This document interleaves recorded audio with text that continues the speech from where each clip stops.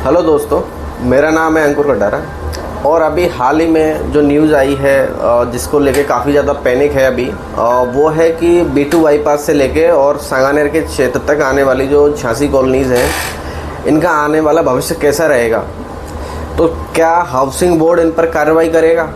क्या housing board इन colonies को ध्वस्त करेगा?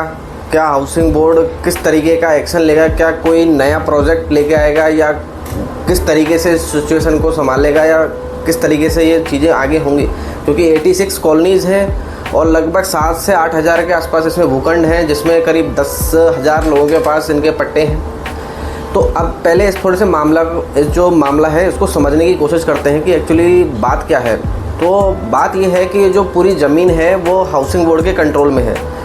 अब चूँकि ये ज़मीन हाउसिंग बोर्ड के कंट्रोल में है, तो जो डेवलपर्स थे और जो कुछ अधिकारी लोग थे, उनके थ्रू ये कॉलोनीज़ काटी गई थी।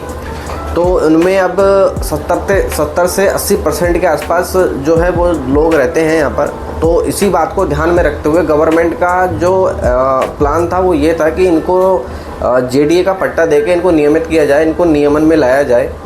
लेकिन इस चीज़ को फिर हाई कोर्ट में आगे ले जाया गया। तो जहाँ पर हाई कोर्ट ने इस मामले को पूरा संज्ञान लिया इस मामले का, तो उसके बाद हाई कोर्ट ने जो पक्ष लिया है वो हाउसिंग बोर्ड का लिया है और उनको स्वतंत्र किया है इस बात के लिए कि वो जो कार्रवाई करना चाहें वो कर सकते हैं। लेकिन गवर्नमेंट इस चीज़ को फिर सुप्रीम कोर्ट में जो है वो लेके गई, लेकिन सुप्रीम कोर्ट ने भी अपील को खारिज कर दिया था। और उस सुप्रीम कोर्ट ने अब जो निर्देश दिए हैं वो ये है कि जो हाउसिंग बोर्ड है वो फ्री है किसी भी तरीके का एक्शन लेने के लिए, उस लैंड यूज़ को प्लान करने के लिए, किस तरीके से वो लैंड को प्लान करेगी, तो उसके लिए वो स्वतंत्र है।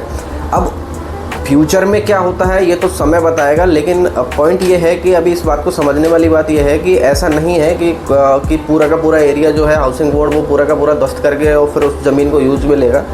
अब वो डिपेंड करेगा कि हाउसिंग बोर्ड इसको किस तरीके से प्लान करेगा। प्लानिंग की बात है कि रोडों को कैसे प्लान करेगा, कॉलोनीज़ को कैसे प्लान करेगा, किस तरीके से उनका नियमन होगा, ये देखने वाली बात रहेगी। धन्यवाद।